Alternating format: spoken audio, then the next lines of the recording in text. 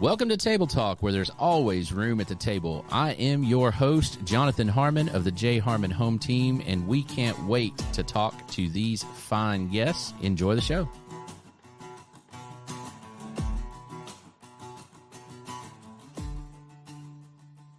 All right. Good morning, everybody. Welcome to Monday. Welcome to Table Talk, where there's always room at the table. Talk. I am your host, Jonathan Harmon of the J Harmon Home Team, and you got to love live. Live is my favorite. Always. You know, yeah, that's why we do live. You can't get more authentic than that, right? Exactly. So, Things will always go wrong with technology. That's it. Always. So this is Table Talk. I'm sorry, this is not Table Talk. This is This Week in Real Estate. See, again, got to love live. So This Week in Real Estate, we get together once a week and just talk about stuff that's going on in real estate and all the things that we encounter. Hopefully it helps you on the other side to understand a little bit more about what happens. One of my favorite compliments to get is when a client says, wow, that was so easy. I should probably get into real estate. And I'm like, I made it look easy for you. Yeah, Exactly. And so one of the ways that I make it look easy is with this lady sitting right here, Miss Kendall Gray of tell me the name. Tennessee Transactions. Tennessee Transactions. I almost said Tennessee Title, but that's a totally different thing altogether. Yep. Tennessee Transactions. And Kendall started helping us out, I guess, last year, right? Yes. Is that right? Mm-hmm. Yeah. About, probably. Almost a year ago. Yeah, almost exactly a year ago. Yeah. And so what Kendall does is she helps us with all of the stuff that, quite frankly, I have no desire to ever do, which is managing those pieces of paper, all the stuff that has to happen, all the stuff that has to be signed and put with the right hands just to get the transaction done. Right. So, we'll get together, we'll go look at houses, we will write the contract, we'll negotiate, we'll do all of that stuff. And then once we've got it all sewn up and we know exactly what's going on, we hand it all off to Kendall and she makes sure that everybody has the right stuff. Right. So it's pretty cool. It's a extremely valuable resource for us, and Kendall is very, very, very good at that. So Thank you. We're going to talk about that and all the other things that she does, including selling real estate. She is a licensed agent as well, so we'll talk about that. And we may even get to talk about movies just a little bit. Okay. Maybe. Hopefully. Okay. That's the goal. But before we do that, we do want to hear from our friend Brian Nail over at Premise Mortgage. He is a proud supporter of all things Spread the Positive, and we just want to hear a little bit from him.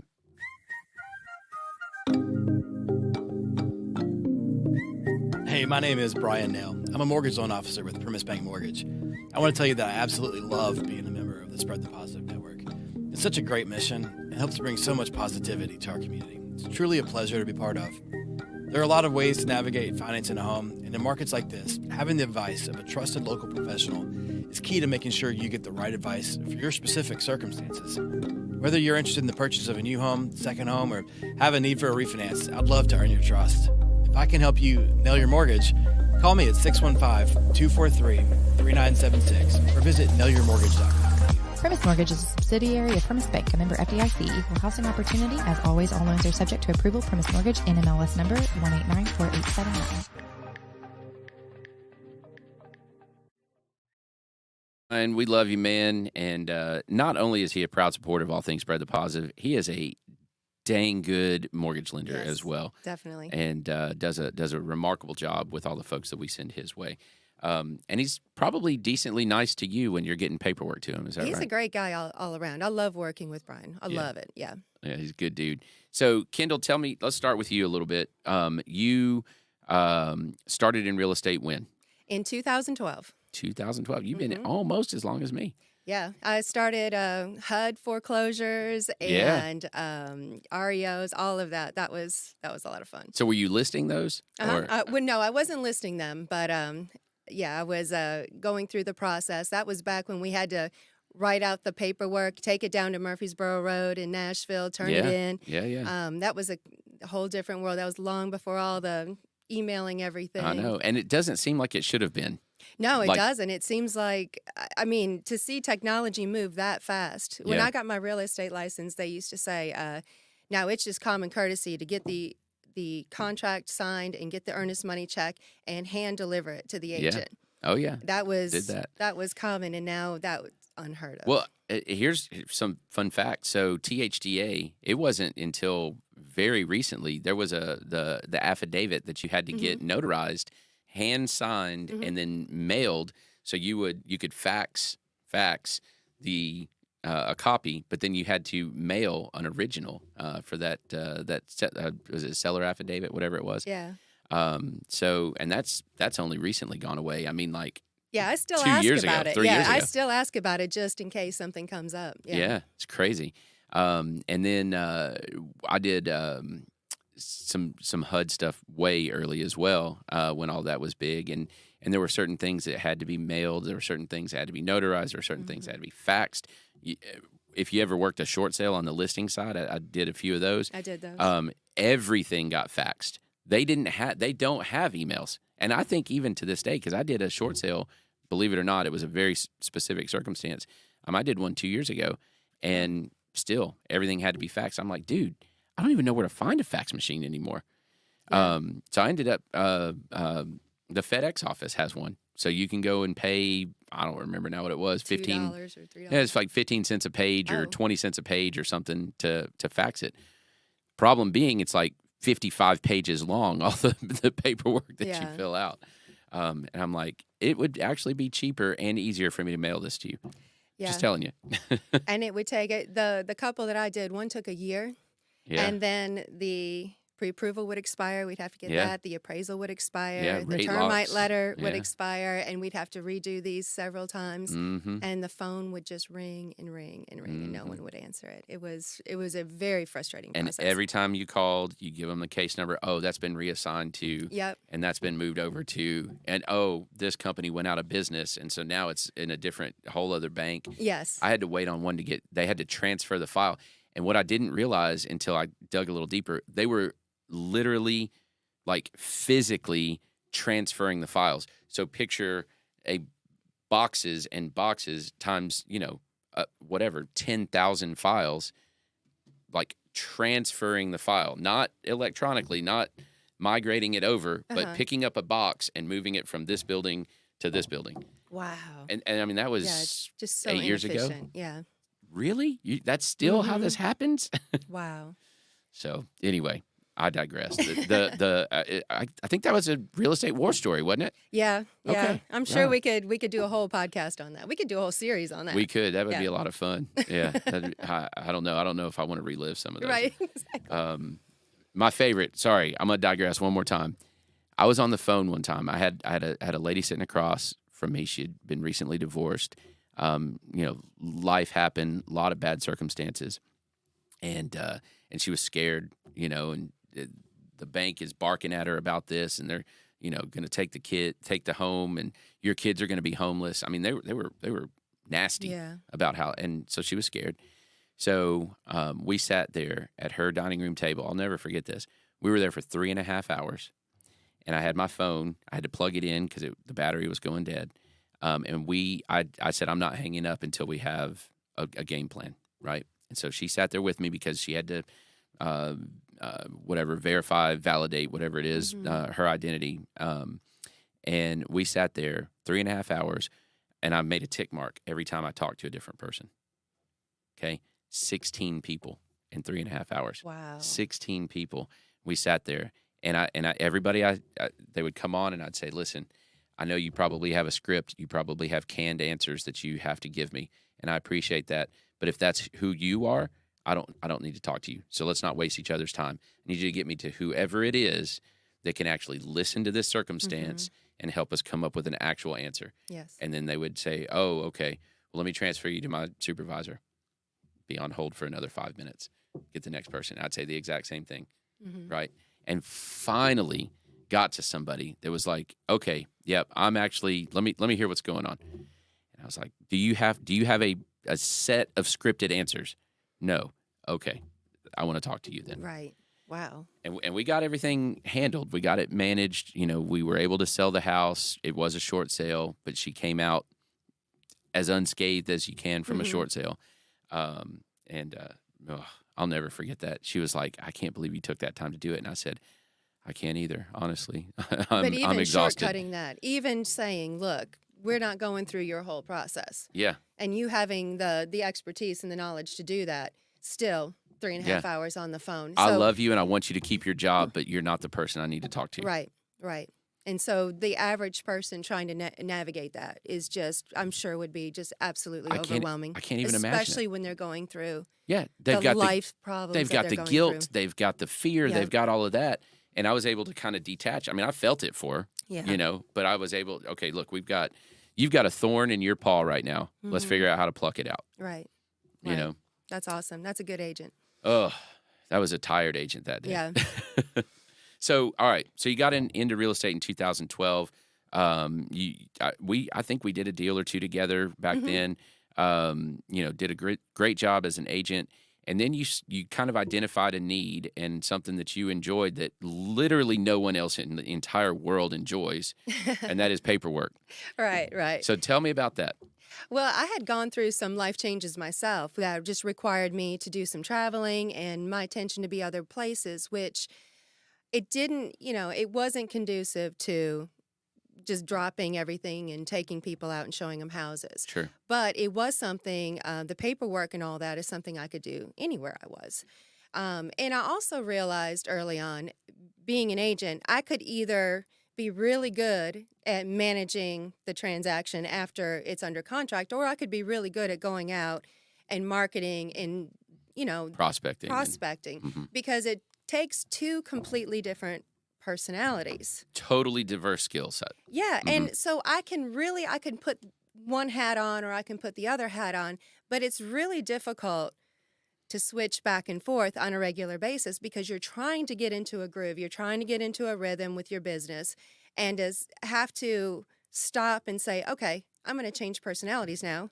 I'm going to be an analytical person. This agent didn't put their signature on the confirmation of agency. Why did they not? I don't know, but they didn't. So we got to run it down. And a good agent is mostly in the car. They're mostly out Right. meeting people. They're mostly out, they're not in the office. That's right. So, I really thought, okay, well, let me just, since I've got other things I have to deal with, let me focus on one aspect of this, become the best that I can be in this aspect of it. And I found that actually really inspired me. I was up till 3:00 in the morning, organizing my systems because I had to, work during the day. That sounds miserable. I'm just saying. I know, but I think when you have the bigger vision, vision of, hey, I'm going to create a business, I'm going to build something, then even the menial tasks kind of get exciting because there's some bigger goal that you've got in mind. It's the creation process. Yeah, it's creation. It's still creative. Right. And I joke, people ask if I'm a creative, and I say, yeah, I'm very creative with an Excel document. You'd be impressed, but they just shake their head in disgust. They're like, I have no idea, no desire to do that. Yeah. But yeah, that's really worked out well for me. So I enjoy it. I enjoy the organizing part of it, and I think I get a lot of satisfaction in what I do when I help other people. So if I were just, my degree when I went to MTSU was in accounting, and kind of the same thing, but I wasn't getting the feedback. I don't think I would get the feedback from my clients the way I do when they're in a real estate transaction and I'm the one that catches a problem and I'm the one that just doesn't get off the phone until it's fixed. And then they're like, oh, thank you for saving this deal. I get that validation from helping people and knowing that I've really been instrumental in making their business easier and making their business more productive. Well, and I think that's it. There's a giant time suck often in real estate because it is a lot of paperwork that gets pushed around, and it is. We got to get this document at this time, and we got to do this one, and it's got to have these signatures, and it's, and inevitably somebody, maybe they don't know how to use the signature, so you got to spend 5 minutes saying, okay, now open your phone or open your computer, go like this, do this, and even the scheduling. Okay, we got to make sure that we have a walkthrough schedule, and we got to make sure we have a home inspection schedule, we got to make sure we have this scheduled, and all of this. Did you happen to remember to do this? And you've done that to me sometimes. You've been like, hey, did you ever get that? And my instant reaction is, oh, crap. But instead, it's, don't worry, I got it. And it's like, oh, it's just, and it gives me the time to focus on what I do best which is to love on my clients, to make sure that they're getting the best deal that they can, to use those tools for the negotiation purposes that they are, right? It's not just to fill in the blank. It is, and you and I have talked about this. How would you like for me to write that, right? Do you want me to say it this way? Because the words you use matters. Yes, very much so. And if you can't necessarily write the negotiation pieces of it for me. Right. Right? Now, you can physically put the words on the page, but at the end of it, I've got to be able to defend and represent what I put on that document. And so we work really well together. There's a lot of collaboration there. And you think about things pretty much the same way I do. There's only been a couple times where I'm like, no, I wouldn't word it that way. Usually you're like, would you like for me to say it like this? And I'm like, yes, that's perfect. So it's pretty cool. So what has been something that's been surprising to you about since you were in the selling side of it, you moved into the document and transaction management side of it, and now you've also taken a step back a little bit into the selling side of it. Is that right? A little bit. I haven't really focused on the selling like I thought I might, just because the market seemed to dip a little bit, and I thought, well, I'll just start pursuing that. But really, the transaction side has come right back up. So I really haven't had time to focus back into buying and selling side, and it's really not. I love representing the clients. I love negotiating all that.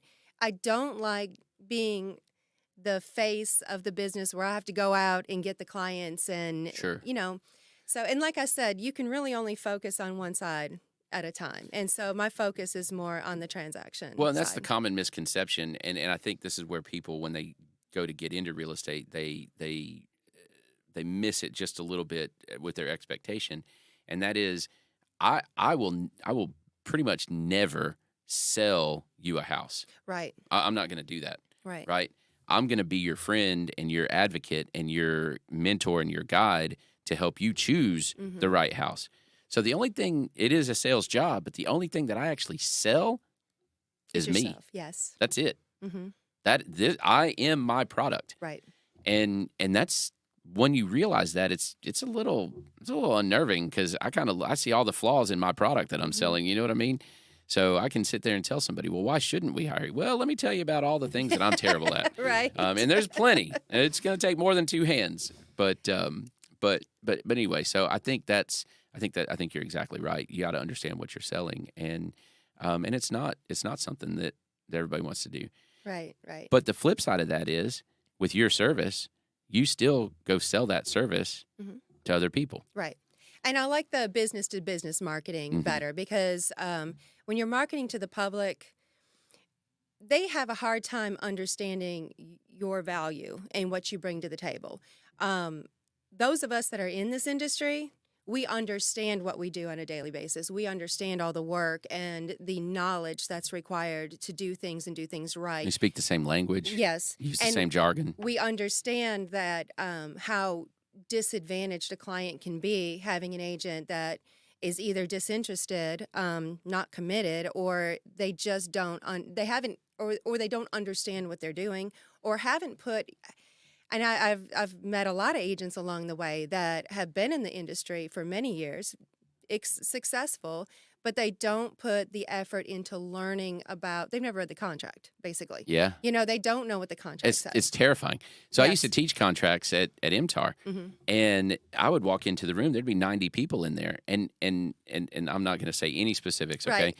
But not only most of those were new agents, new within a year, right? And they hadn't. Not only had they not learned, they've never read the contract.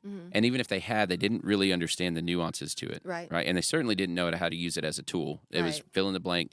At some point, somebody said, oh, in this blank, you put this. Well, sometimes you don't. Right. Sometimes you change this word just a little bit to get it to work exactly like you want it to. But their brokers never took the time to really explain how that's a tool. Right. And how to use it. I can use a hammer, right? But if you look at a hammer, there's about 15 different things that hammer is specifically designed for. Well, there's like 100 different things that hammer can actually do. Right. right? So is it a hammer and you can drive a nail with it? Yes. Yes. What else can you do with it? So is it a contract? And with that contract, you can get somebody to acquire a house? Yes. But what else can you do with it? And how do you do it? Right? Yeah. And nobody learns that. And that takes, and it's funny because I always say when it comes to real estate, the classes teach you theory. They don't really teach you Practice. How we learn is we get thrown in there. And you get beat up a couple times. And you get beat up. Yeah, I've gone into situations where, early on, I sent a listing agent an inspection report, and I got chewed out for it. And I said, "Oh, well, guess you're not supposed to do that."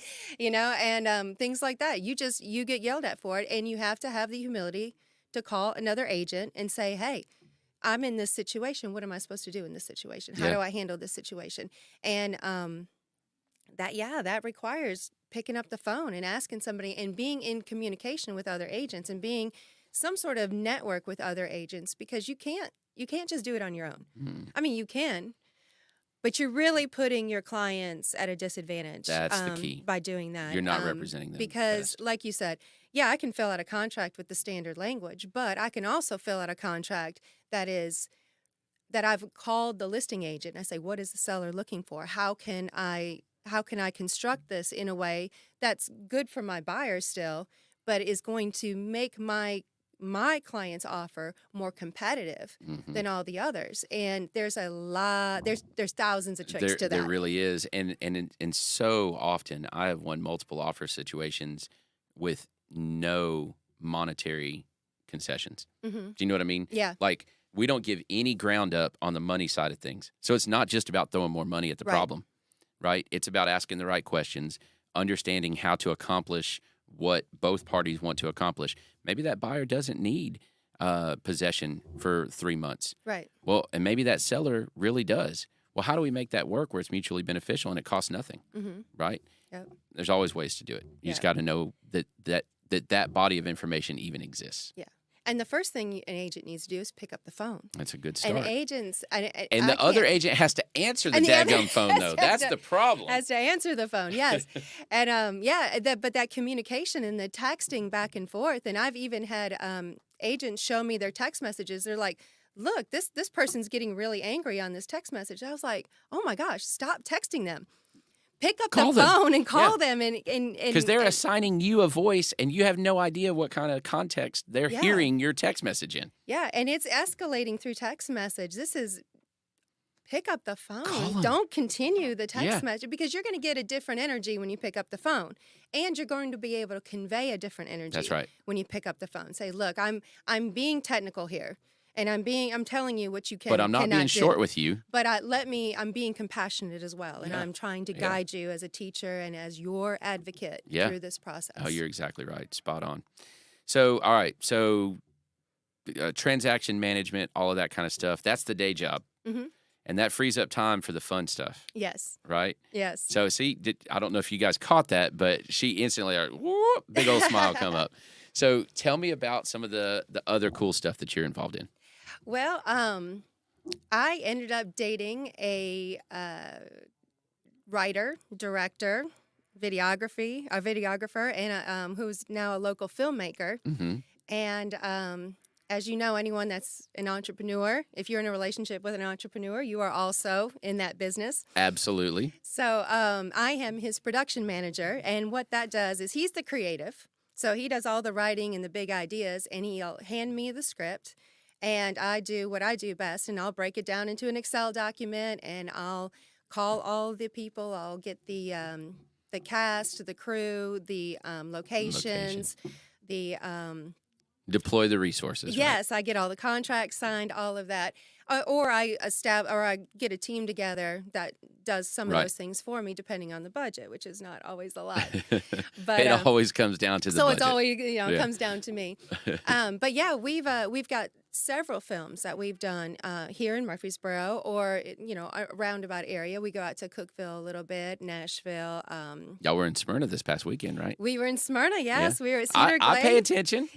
We were at Cedar Glade last weekend, filming a karaoke scene there, or singer-songwriter. Singer-songwriter, there.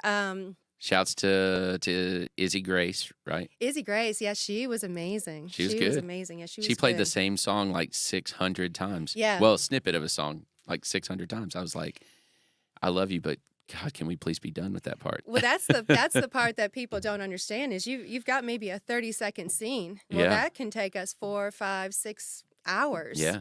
to film because we've got to get every angle. We've got to get all the the dialogue. Then we have to get that background noise, like the singing. Yeah. And but yeah, it's a lot of fun though because again, it's a creative process. You have a finished product at the end. And I enjoy, again, the same thing I do with transaction coordinating, where I take someone's vision and I turn it into a final product. Yeah. And there's a satisfaction to that I really love. And we actually just wrapped yesterday. Last night at about 11:30, we wrapped. That's awesome. Well, and it's what's cool to me about it is, and I could see it on Ricky's face, right? Mm-hmm. Like the whole time he's in there. So I was there for the whole shoot at Cedar Glade, and just watching. He came in, and you could see him taking the space in, figuring it out, and like when I say this, it's going to sound kind of cheesy, but I could see like the wheels turning. Mm-hmm. I could see him going, okay, over here, and then this is going to go over here, and then but for someone to be able to, and this is where you come in as well, but for someone to sit down and have this overall picture in their head of what it's supposed to look like, right? What the finished product's supposed to look like. And then to take an hour and a half, 2-hour movie, whatever it is, and break it into all of its, and when I say parts, I don't mean like, 2-minute vignette. I'm talking 15-second by Yes. 15-second. Mm-hmm. And it is amazing to me that organization, that breaking it all down and then pulling the pieces together. I can't even imagine how many hours of video you guys have to end up with an hour and a half to 2-hour movie. Right. I mean, it's got to be thousands of hours. Yes. It's a lot of editing. And that's why the editing takes so much longer than just the shooting because most of the time we have 2 cameras going. Yeah. And then it's just hours. I think and there was hours of 3 footage. at one point. Yeah, there may have in been Cedar 3. Glade. Yeah. So but yeah, that's not to divert, but that's Ricky's genius. Yeah. Is I'm really good with the spreadsheet because I want to see all the pieces and how they fit together that way. It's all in his head. Yeah. Oh, I could see it. It's all in his. He's sitting there with the that whole monitor shot and list. the headphones on for part of it and somewhat off and all this, and I'm watching him and he's just like laser focused. Mm-hmm. At one point, and I felt horrible for this. At one point, I didn't realize what he was looking at, and I asked him a question, and it was it was hilarious because he was like, "What was that?" Mm-hmm. And I'm like, "Oh my gosh, I just completely derailed what he was doing." I felt terrible about it, but yeah. Well, I do that to him a lot. Yeah, and I have to be careful with that too because yeah, he does. He'll get laser focused and he sees the entire picture. And and he sees picking every little flaw in the periphery, Yeah. right? every flaw, and then the lighting. If you've seen how much time he spends on making sure that lighting is perfect and it looks good, and you're looking around and you don't really feel like the lighting is all that spectacular, but then you look through the lens of the camera and you're like, oh my gosh. Well, you told me to do that. That is Yeah. stunning. I mean, 'Cause we those shots were stunning. We turned the lights off, and he brought his other lights up, and I was like, "Oh, this looks better." And you're like, "No, go look at the screen." Yeah. And I went and looked, and I was like, "Wow, that's our space. Mhm. How do I have these permanently?" Because it was awesome. Yeah, it was very cool. But yeah, we have a good time with that. But yeah, he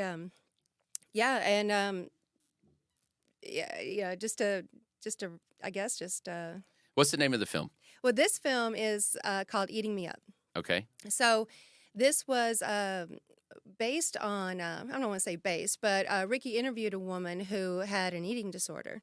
And she's an advocate for really getting the word out because right now that's still a very taboo It is mental health issue. but it's rampant. It's rampant, and women feel very isolated in that, so they don't seek help, or they don't feel like it's significant enough to seek help with. You know, Yeah. a lot of times we blame the victim. Well, if don't eat, or you shouldn't be like that. Instead I of can't really, believe you would eat that. Yeah. You're going to have to work for a week to.